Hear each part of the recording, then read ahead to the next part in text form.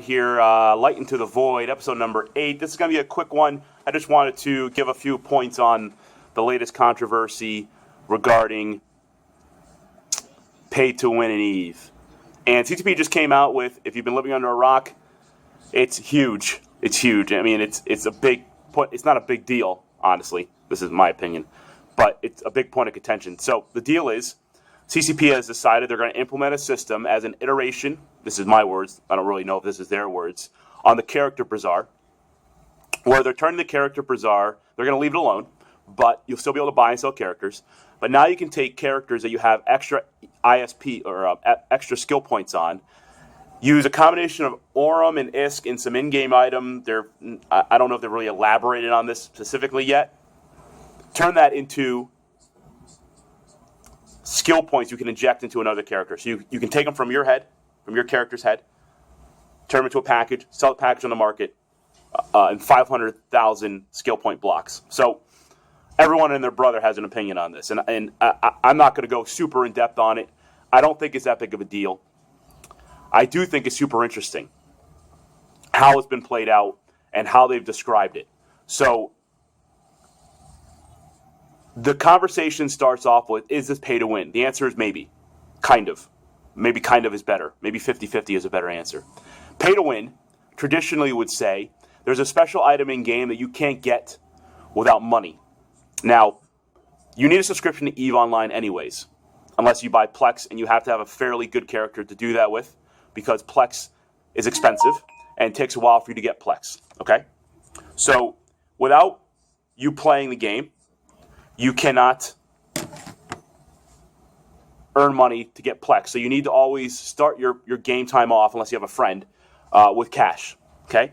So you're already paying to get involved. Now, you want to buy a character, and better characters can do better things, right? So that involves money or Plex. You can take your credit card, swipe it, buy a ton of Plex, buy a character. Okay. Is that pay to win? Kind of, sort of. Maybe. Not traditional pay to win, but it's a form of using money for an advantage. I don't think many people can argue that. And Plex, by itself, is using money to gain ISK without playing the game. So that's kind of pay to progress, I guess, is a decent way of saying it. Pay to progress. Cool. Okay. Now, I find this interesting because how they first packaged this. You'll be able to take money, buy a Plex, buy Aurum with the Plex, with the ISK, if I'm understanding the connection right, and they haven't put a final statement out yet, but this is the idea. You'll be able to go down this road, take skill points out of your head, sell them to somebody else, but when they plug them in, there's a diminishing return on how the skill points go up, and I'll link some stuff on that. Anyways, I find it interesting that it was pushed initially under the auspices that there's the character bazaar system isn't ideal. It's hard to search through. It's hard to find a character you want. It's just kind of clunky. Okay, this is just clunky as an example. But then they say, well, we're not going to touch it. We're going to leave it alone. And now you can do this conversion of money / Plex into skill points. And the good news, I guess the advantage for the player is you can really get rid of skill points you're never going to use. Say you train mining 5 on a PvP character and you're just never going to mine again. You hate mining, or say you hate PvP and you don't really need Battleship 5 because you mine, right? Both scenarios are very valid, very true. So you can get rid of those skill points and get some cash for them, get some ISK for those skill points. And I think it might have been Mike, CSM member Mike Azariah. He linked someone else's post. He did some math on it as well. I think the transneural packet item that you can buy on the market, he put a price point of something like $3.75 is what it's worth. It's interesting to see these links being formed between money, Plex, and value and the currency. We've always done this in EVE, right? That Titan's worth $2,000 if you were to buy it with Plex or whatever. So anyways, it's just interesting to kind of see all that play out. So regardless, anyways, that advantage, turning useless skill points that you have into ISK and cash, is cool. I find that interesting. What I find interesting as well is CCP's marketing of this. They started out with the character bazaar is clunky and not working as we want it to. So we're going to do this other thing, but leave the character bizarre. Now, I've been in business a long time. I find this interesting because I don't believe them. I don't believe that's their motivation. Their motivation, my opinion, and talking with some other people who are a little closer to the topic than I am, is they need money. This is just a way to break down barriers between taking your credit card and giving them money. I don't know how I would accurately describe that in one word. Faster time to market doesn't sound exactly right, but you were removing barriers between a player and giving money to CCP. It's more of a direct relationship. You don't go through the character bazaar anymore, try to deal with getting a character and trying to find the right character. You can just make the right character with money, right? Faster. It's a faster conversion. And that's important. Now, my position, this is important for CCP to monetize Eve. Monetize Eve? Sorry. This is important for them to do this. They've lost subscribers. This is my opinion. Player base count is down on average about 50% from its peak. So that's not my opinion, that's just fact. My opinion is, I'm assuming player per day usage that did this, subscription usage did that as well. They all go down. Subscriptions, it did for myself as well. I stopped playing on many accounts. For that reason, I stopped subbing many accounts. The game's kind of stagnated. Some of the things I used to do, multi-boxing, are no longer allowed. So I dropped. I don't want to get into a multi-boxing argument, but that's not true. You can still multi-box, but how I used to multi-box is frowned upon, and the ways around it is in a gray area, and I don't want my accounts banned, so I just stopped playing. So I don't know if that was CCP's intent, so congratulations, but that's what happened. So I'm assuming player-based accounts follow subscription accounts, and they all declined. That's my opinion. I don't have a direct correlation, and CCP isn't telling us. Now, I don't think this is a bad thing. This is for skill points, or money. Let's call it money for skill points, because it sounds more controversial, and it's kind of accurate. So let's call it money for skill points. I don't think this is bad. Now, what I think is bad, or what I think people think is bad, is that this will turn Eve into whoever has more money has a better advantage. But I hate to tell you, that's always been the case. People who've had more money can do other things, right? They can buy better characters. They can throw more expensive ships at a problem. They can replace an expensive ship easier. They can buy faction modules for their ship because they have Plex, which they bought with cash.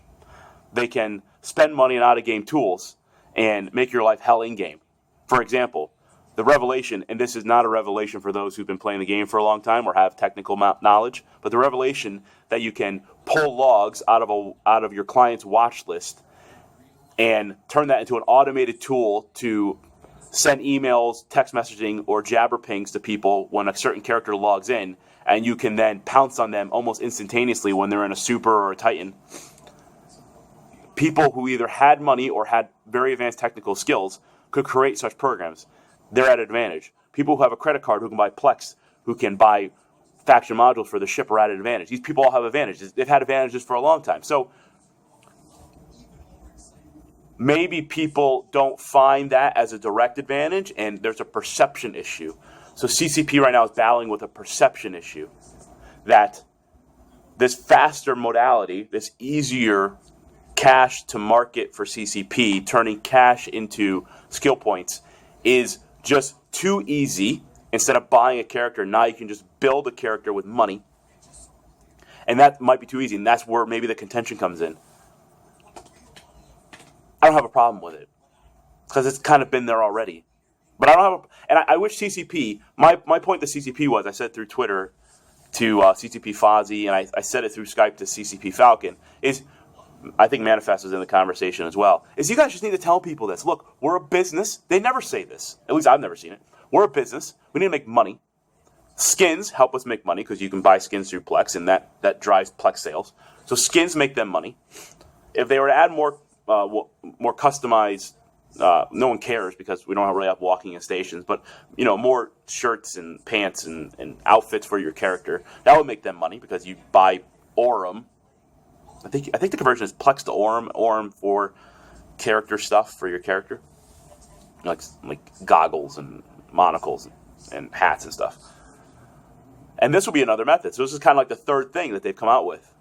Fourth, if you want to call Plex. So Plex would be maybe the first pay to win, quote unquote, and then Aurum, stuff for your character,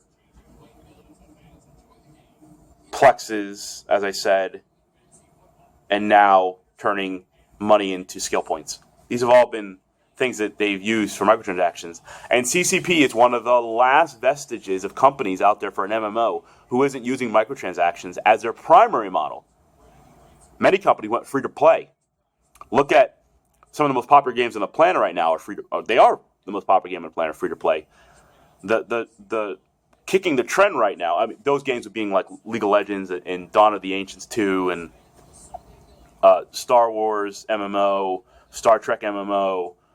These are free to play, huge franchises, free to play, and they make money through selling sometimes better items, but sometimes cosmetic stuff. There's a combination of both, depending where you are, depending on the game. And CCP is one of the last companies who still has a subscription model. Now, another company that is doing a similar method, semi-subscription, but also a microtransaction is Star Citizens. And Star Citizens is catching a ton of heat out there because they're huge, so they're a big target, right? They have a lot of followers, so they're very popular, but also makes them a big target because they keep pushing back deadlines, and it's expensive to get in. It's expensive to buy ships that you want to fly in the future when everything's fully working. But I've seen some very positive developments lately, and I don't know if this is such a red herring anymore. I don't know if this is really going to be a dead project. They seem like they're making significant progress, and they've crowdfunded $100 million. I mean, that is free for a title that isn't even really playable yet. There's some stuff you can do in game, but it's not fully functional by a mile based on the feature list. But some stuff does work right now. I hope Star Citizen succeeds because this is going to be groundbreaking for the industry. You charge somebody for an initial game to get involved in the game, just like traditional game sales. Then you charge them for stuff as they move along, if they want better ships or a different ship or stuff like that. And people are throwing money. Now, they're throwing money because it's a super ambitious project. But my point is, companies need to modernize their products, make money. These companies need to be profitable and return money to their investors and pay their employees and then give them raises and let them have vacations and medical care for them and their families. Like, these are important perks that they have to do. And the game development world is very competitive. So if you don't pay your employees well, they leave. And CCP has notoriously not paid their employees excellent, from what I read through websites like Glass Ceiling? I think it's called Glass Ceiling. There's some other sites out there where you can review your employer. CCP doesn't win stellar remarks. Okay, they're competitive because they're in a boutique game. I think they let newer people in to start there, as like grinding their teeth through a company that isn't as huge as Blizzard, for example, as an MMO. And they are in a beautiful place. They're in Iceland. So that's one way they've been able to retain people. But as a company, they've had a lot of failures, and EVE is on a decline in terms of population. So I think they need to make some bold moves. This is not a bold move. If tomorrow morning I woke up and they said, hey, we're turning EVE into free to play and we're pushing microtransactions like no tomorrow, that would be a bold move. Risky, a gamble, might alienate your current player base and you might be left with nobody, or it might just blow EVE up and make it super popular. I don't know. It's a gamble, and they're not willing to throw the dice on that right now. The other topic is, will this turn into that? And I don't know. They're going to keep pushing microtransactions, I can tell you for sure. But that's a good thing, especially if they're cosmetic. And I can even make the case it's a good thing if it's not cosmetic, honestly. There's already the advantage for people who have money. I know people don't want to hear that, but that's been the reality. And if you didn't know that, you've been kind of naive. That if you had cash, if you had money, if you were successful in real life and you translated that into an in-game advantage, that was very easy to do. So don't hate on CCP for trying to figure out ways to monetize their game. They've made some missteps trying to stay profitable. They've had some projects blow up in their faces. Dust 514, World of Darkness. I'm not telling you, for you longtime EVE players, I'm not telling you anything you don't know. These were problems that they cost the company, I'm sure, significant amounts of money. But this is a good move. I think it could turn out well for them. I think it's going to accelerate the ability for a player to spend money with the company. And we should support them. We can have the conversation on where the line for pay to win should be, but I don't know if you want to have that conversation with me, because I'm going to push towards those who there should be. I think my initial reaction would be those who have the time investment should be semi on par with those who have money. So if you have a lot of free time, you should be able to get there eventually.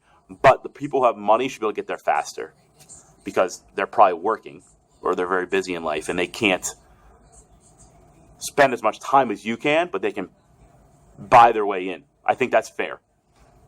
So, episode number 8, Light into the Void.